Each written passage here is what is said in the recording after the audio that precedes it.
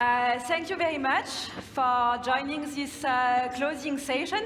Please take your seat. We have only 30 minutes to go through some lessons learned and perspective for the future based on the discussions we had during the ERTRAC conference. My name is Lucie Beaumel. I'm working for 2.0. I'm joining and I'm moderating this closing discussion on behalf of the whole organization team. My colleagues from CICAM, Marjena, Xavier from ERTRAC, and the many colleagues we have from the Commission, DG Research, DG Move, and the CINEA colleagues. Unfortunately, I cannot name them all.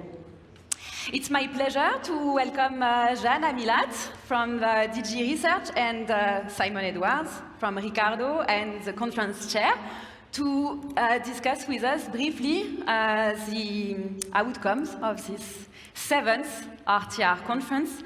And I would like to start with you, Jeanne. It's your first ERTRAC conference since you took your new position as head of unit for clean transportation in DG Research. Can you tell us what are your main learnings from this first conference? Thank you, Lucie. Yeah, unfortunately, I could not be so much present because we have a lot of other things to manage, but my team was full here, the full 3 days, so I got a lot of feedback also from them. I think it's very good that we have such a very strong participation, and it shows the interest of the whole community coming together. That we cover also all aspects of road transport, and I think it's very interesting to cover it in cluster like we do, because to put the topics in cluster, the people can learn from each other to see if there's overlap or things we can improve in the project, to learn about the results, and see also what we would need for the future R&I programs. So I think it's very interesting.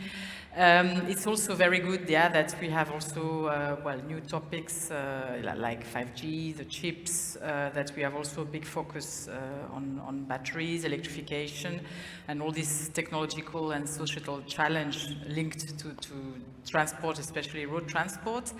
Regulation also, I think, is very important. And and I think we should continue and improving each time this conference. Thank you. Thanks, Jeanne. One thing you mentioned is the clustering that we tried to do in this conference. We spent quite some time with Simon trying to see what is the best way, structuring the program for the conference, and trying to organize projects in a meaningful way. But same question to you first, Simon. Could you see maybe the logic that we were working on? Could you find it back now in the different projects? And what is your main point of interest of the conference? Thank you, Lucie. Thank you. Yes, I could find it. I was pleased that our work beforehand, etc., was coming out, and I thought it was proven when one of the speakers stood up and made a comment. First of all, of course, we wanted to try and organize the conference and make it broader so that we moved a little bit beyond the vehicle towards the system and the complete system for mobility. And then towards the end, one of the speakers stood up and said, "And now back to the vehicle." And I thought at that point we would prove that it was all working like that. I was amused to see that somebody from the engine side had to explain what a spark ignition engine was to the audience compared to a compression ignition engine, but somebody who was talking about fuel cells didn't think it was important at all to talk about the membrane structure and about the catalytic surfaces, etc. Clearly the conference has moved and has got much broader, and we're all experts now for a much broader topic, so I really was appreciating that. Thank you. And do you want to tell us which of the session was your favorite one? Okay. I wasn't sure whether you were going to ask that question, but it woke me up when I first went to one of the early sessions on the first day, which was about digitalization of logistics. So really, not vehicle at all, not necessarily anything to do with hardware in that sense. It was all about digitalization. I didn't know much about that topic, so I was learning, I was having fun, Stefan, like you were suggesting that I should be doing, but we got some really good, clear presentations, concentrating on results, and they even went multimodal. They weren't just talking about on-road, but they were also talking about air, rail, and even Hyperloop at sometimes as well. So I really thought, yes, that's proof of the breadth of the conference, and I really enjoyed that session. Thank you. Well, Hyperloop, I think we are not yet there for inviting them in the next RTR conference. But Jan, you mentioned that we had many different sessions, some of them going beyond the traditional boundaries of the road transport. And Simon mentioned that we could see the many efforts we are making lately to have a more system approach in the conference and also beyond in many of our activities. This year we invited projects from other partnerships based on the extensive discussions we had last year regarding synergies across the program. What are your takeaways on this? Do you think it was helpful to have these other partnerships involved in the conference, and what could we do more in the future? No, I think it's very important, yes, to coordinate what we are doing in different partnerships. I think one element mentioned by Simon is this digitalization, and I think it's good that we have also people from 5G, from the chips GU. Also, I think all this artificial intelligence thing is very important to integrate. It's good that all the automotive partnership also work together, I think, and I think the idea is also to try to involve more the battery the partnership in the future, because of course it's key to electrification and climate neutrality in the transport sector. Another important element, maybe beyond the synergy with partnerships, that yes, we insist a lot, because we are R&I, but we insist a lot on deployment, that the solutions are also taken up to the market, otherwise it doesn't help to decarbonize the sector. And I think maybe it could be something, an avenue maybe for the future. You have other instruments like Innovation Fund, like CEF, Transport, EIB. So I think maybe to see a little bit beyond that, and also maybe, but this is more complicated in my view, and maybe not so easy, the coordination with national and regional member states program. But I think this is more, well, that would be maybe the things we could, in the directions we could go in the future. We have some member states representatives in the room. I know some of them are also following online. The CCAM, the co-organizers, they have a member states meeting slightly after the event, and the 2.0 chairwoman for the SRG is also participating online. I know she told me. So it's a first step, but for sure it could be also for us maybe something that we have to put more efforts on to try to get them in as well, so they know what we are doing and they can also take back with some inputs on what is being done at EU level to go back and define national priorities. But discussing the synergies, Simon, yesterday you very nicely moderated the plenary session on the software-defined vehicles. What are your main takeaways of this very synergetic topic that has been discussed, and what are the lessons learned from your side for the future? Okay, I'll come to that in a second, because I just want to follow up a little bit what you've just said, Jean, there as well. The first session I went to, they ended up actually talking about recommendations for policy regulation. And the last session I just went to as well, I had some of that in there as well. So I thought it was good that we were not only broad, but also broad in the timeline and the interests as well. And of course, when we talked about the software-defined vehicle session, we had representation from all of the chain here, from the European Commission, then from the OEMs, from the Tier 1s, and from the academia as well. It was useful for me because software-defined vehicle is not my speciality by 100%. So I was learning all the time, and I was very, very impressed with the discussion. We had a good group of interests all working together, so in a common cause, which was very clear to hear in that sense. You got a lot of different perspectives and opinions, and people were clearly ready to work on it, but also then to acknowledge that there were differences and things still had to be worked on as well, because I think it's important, and it became clear in the discussion, that the EU has to put itself at the forefront of this technology going forwards. so that we remain competitive over time. And I also learned one other thing, just lightly as well, that it was also possible to end a session on time, because I didn't necessarily start very well with the first session, but last night we finished on time. It might have had something to do with the cocktails waiting outside, I don't know, but thank you to all of the panel, because it worked really well. Thank you. Yes, it did, and it was very interesting discussions. But another learning for us as organization team is that it's not possible to end a cocktail on time.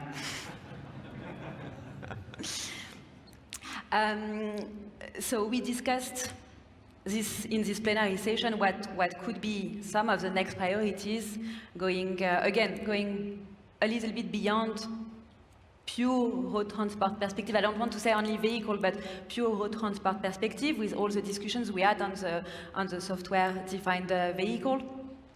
And now we are just at midterm of Horizon Europe, and already a lot has been done. But everyone starts thinking already about the next steps and the FP10. As you can imagine, in this audience, there is a huge interest on what could we do to contribute. So maybe you can guide us a little bit what is the timeline for preparation of FP10 and how people can contribute. I mean, okay, yes, you're right. We started the process because it's a very extensive process, as you can imagine. And of course, it starts only in 2028, but yes, it's good to start now. We have now started, I guess everybody knows about it, this high-level group. I think it starts in January. It will give the report in October. I think from the industry, there's just one participant. This is Volkswagen Stiftung, this is Volkswagen Foundation, and so the other industries are very upset to see the cars. But okay, I think it should be neutral, and it should be, that's the goal of it. On our side, so in our directorate at ERTRAC, we will also have like a kind of task force where we will ask independent experts for transport and energy, because this is the scope. And okay, we were looking maybe for an independent expert, because independent is the most important in this. Yeah, and I think we will also have the new commission coming in November. So it will be, that's why, you know, okay, we will have this report in October, but we have to see a little bit how it develops, because the orientation, the strategies may be a little bit new, defined. So that's the thing, yeah, I think. So expert groups are set, and I assume there will be some kind of maybe public consultation for stakeholders to be able to bring their views as well. I'm quite sure there will be some public consultation. I don't know now exactly when it's planned, but I think it will be probably after this report of this high-level group. Just one message from me. I mean, as you see, money at EU level is scarce. I mean, we have a lot of crisis now with this money for Ukraine. You know, we really, so I think it's important for your sector to show the EU added value, yeah, in terms of all the priorities. And I will come back to this maybe with my last intervention about the future priorities for the EU. I think it's very important, yeah, because there will be quite some fight, for sure. Yeah, I think we are very often challenged by the Commission, but also sometimes by member states on what is the added value of what we are doing here. And I think it was also one of the aims of this conference when we decided to launch it, to be able to demonstrate what are the general and common added value of all projects that we are funding on at EU level. And it's very important, and we know resources will be scarce in the future, maybe even more than they are today. But I hope that during this kind of events we can demonstrate that well, it's money well spent, if I may say so. Any comments from your side, Simon? A couple of comments on that. So I'm very pleased that we're talking about the process for Framework 10 now, and we're speaking about it in open as well, and we're getting an exchange on this. This is very good. Of course, I'm naturally pleased that there is some representation of the auto industry in the discussions as well. That's very good.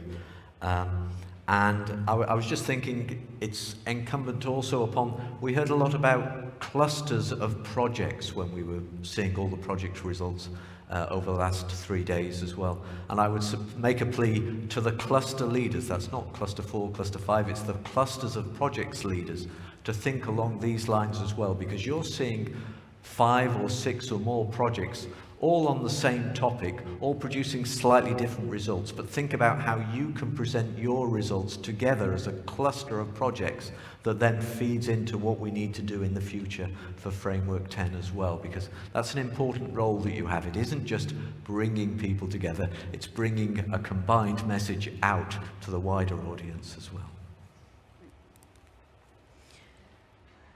So a lot of things ahead, but just looking back slightly, as I mentioned at the beginning, Jeanne, it's very recently only that you took this position. You are no stranger to transport because you've been already involved in aviation and waterborne, but road transport is more or less new to your portfolio of activity in the Commission at least. Over the past first 100 days, because 100 days is for the US President and for the European Commission something very important, so probably for you as well, the first 100 days were very, really important. What are the main things you already learned from this beginning of activities with us? I mean, what strikes me, but I knew it because when I was at Digitrade, I was working so a lot with the automotive industry, but yeah, this is much stronger. I don't want to say lobby, but I think it's much more important for the economy. It has a lot of implications in the economy than the other transport modes, I would say, what I've learned. I think also, yeah, probably it's the transport mode that touched the most upon the people. I mean, the everyday life of people, and I think this is something also very important politically, because yes, you cannot impose. I mean, you have to take also the simple people on the street on board when you do some regulation, legislation. I think that's the thing. But I think also, and well, very competitive also, and I think you know, it's you see because it's such a big business. I think you see a lot of competition from all over the world. It's not like in the aviation business where it's not so easy to. So you don't have so much competition. I would say in this business, in the automotive industry, you have a lot of competition. But I think also it's very interesting because you cover much more broader range of issues and challenges, I think, yeah, and that's also what makes it more complex, but also much more interesting, yeah. Putting the user at the center is something that we are trying to do more and more, and I was very pleased also to hear this from several projects in the conference in the past 3 days. So I think that we are fully in line. Indeed, the competitiveness aspect were very much mentioned during the opening session by Stefan, by Armin, also by Rosalinde. Simon, a question to you. What do you see as the main challenges from the competitiveness aspect for road transport? Good question. Thank you very much. And I'm not going to be able to answer that perfectly or completely on stage now in a few minutes, but I agree with you, Jeanne, about what you were saying in relation to aspects here and the complexity and the breadth of road transport also compared to other transport modes. I've got a global role, so I see different sides, but I'm very pleased to be based in the EU, and I'm very pleased to have the ambitious targets that the EU has that include the aspects of road transport inside of them. So one of the major challenges which relates to how people interact with their transport or their mobility needs is achieving the targets that we have, which are very ambitious, but keeping society on board together as we go forward in this. Maybe I'm allowed to say, I grew up at a time where Margaret Thatcher was around, and she famously said there's no such thing as society. I completely disagree with her. There is, and I'm very glad that we are here together, setting targets and achieving good results to move along that way. But keeping together in this time of transition, whether it's green, digital, or all the other pressures that we have on, is very important. And so it's good that we get together in sessions like this to see the progress that we're making, but we also need then to remind people outside of this bubble that we have here also that we're making the progress, and that road transport research and innovation is contributing to that set of challenges as well. Only that way will Europe remain competitive, improve its competitiveness, I think, if everybody works together on it. Thank you, Simon. We are now getting closer and closer to the end. Just maybe last question to you, Jeanne. Given what we have discussed just now in this closing discussion, what are the main points that you would like to give as a feedback to the audience as perspective for the future and recommendations? I think it's good to pursue the work we are doing, and your sector is doing in R&I, to spot the next challenges, to give policy recommendation. I think the last word I want to give, I think we will see probably with the next Commission a change in the way we apply our Green Deal policy. I think, yes, well, you see already, there's some societal challenges, societal dimension of this, you already mentioned, and I think this has to be taken much more into consideration. I think the Green Deal, whatever it takes, as we have been doing it at law, it will not be possible to continue, because we have to have the people to come with competitiveness, of course, but it's part of this also, to have people, because if, I mean, if the EU industry is closing in consequence of the Green Deal, it doesn't help nobody, it doesn't help the EU, it doesn't help the climate, so I think that's what we will have. Circularity will probably be an important topic, because it's also part of competitiveness, I mean, and economic security and all this, so I think it's, and the last word, I think all this digital dimension also of the sector, I think, is very important, because this is also, challenge of the future, competitiveness. I think this we should also develop and see a little bit where, what would be the added value for the sector, for the EU policies of this digitalization of road transport. Voilà. Thank you very much, Jeanne. Simon, I will give you back the floor for the very final remarks to the audience. Maybe as you do that, you can also tell us what you would like to see next time in the RTR conference. Okay. No, well, let's start with that first of all then, because again, just lightly, I've taken on this role together with you about this reorganization, or about the organization, sorry, of this conference. And I was sitting in Newton, the room over there, and one thing I was thinking too often is that I would really like to see all of the screen of the presentation inside of Newton. So there are some very detailed aspects that we have to talk about as well going forward in that sense. But more broadly, in relation to final words, and not necessarily picking up on what you've talked about in terms of circularity and resources, etc., but going a little bit more in the direction of openness, inclusiveness, yes, but robust and resilience. We have, I think, strengths inside of Europe that relate to those points that we have to bring out during this green and digital transition, and use them and make continuous progress. Always think about how we can be better. We don't necessarily always immediately have to be best, but as long as we're making continuous improvement, whether it's with this conference or in general with the green and digital transition, I think that's the way to go. Thank you. Thank you, Simon. Please join me thanking the two speakers for these closing remarks.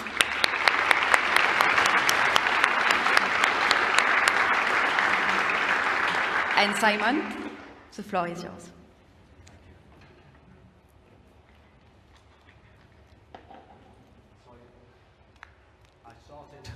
Excuse me. Can you hear me now? Okay, good. I started standing here trying to see everybody in the audience with the very bright lights. I'm doing the same sort of thing now, but thank you, Jean, for your nice discussion, the good contributions that we have from yourself, all of your colleagues, and everybody throughout the RTR conference. I think it's been a good 3 days. As I very briefly mentioned at the beginning, all the presentations will be made available for all of the attendees over the coming days online. And we'll also publish a report about the conference as well, so you get to read about the overall event. And one other point, maybe you've seen already, I think there have been some surveys sent out to attendees, or they will come very shortly. I got a survey earlier, so obviously that was from one of the talkers rather than the conference. But please, have a look at the survey when it's sent out. Give us your feedback. Again, only that way can we make improvements for future editions. Great. Thank you very much for the QR code in relation to that. Make sure you reply so that we can make the improvements. And hopefully then when you come back next year, which I'm sure you will, you'll get to see some of your suggestions turned into reality. But thank you from me personally then to all the speakers for their valuable presentations. Thank you to all of the organizations who've contributed to making this event a reality, whether that's EGVIA for 2.0, CCAM Association, or ERTRAC primarily. Naturally, thanks to the European Commission for your guidance and support. It's not only the people who've been upon the stage here, but Guido, Salima, Patrick, and others. I know you've been contributing on a daily basis, Michael as well, wherever you are in that. So thank you for that. And also from Polis, for example, Alexia and Marina, or Julia, Milika, and Andrew from Ertico. I've seen one or two of you around, so thank you for that. And also thank you to Florence from FERL and Analia from the European Commission as well, in relation to welcoming the participation and the participants when you come. Thanks to all the people who are on the front desk. That's an unrewarding job, I know, so I much appreciate that.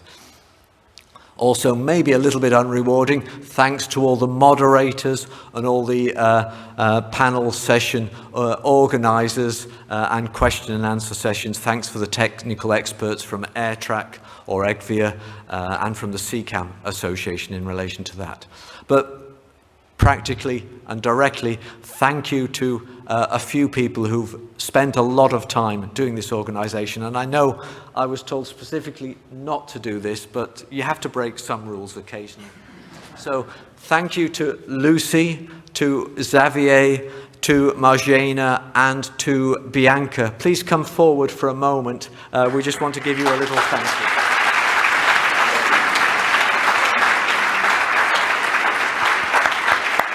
So your applause are most appropriate. What we've tried to do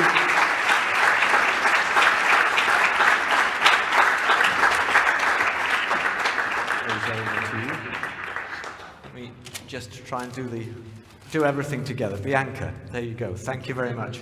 All the visuals are the response of Bianca there. Marjana, thank you very much. And Xavier, thank you very much. This is a little token of the complete supply chain inside of Europe. You usually get Belgian chocolates when you stand up on stage here, but this time we've looked a bit broader, so you're looking at Bayern chocolates here, chocolates from somewhere else, so you might imagine where, but you've got an example of the expansion of Europe and the complete security and robustness of the supply chain. You can tell us how good it is in the future, but thank you again for your contribution.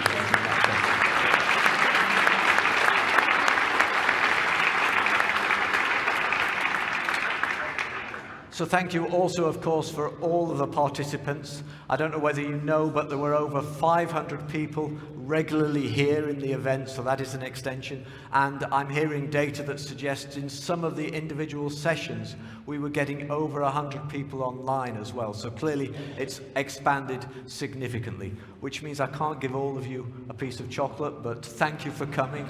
Thank you for looking forward to coming next year. In the meantime, though, there are one or two important dates that you need to think about. You've seen it on one or two of the exhibitions, and I know some representations for TRA 2024 are here as well. But on the 15th to the 18th of April in Dublin, please come and join us there. My understanding is that the early bird registration is still available for another couple of days. So if you go out now, you can still get the early bird registration for TRA in Dublin in April.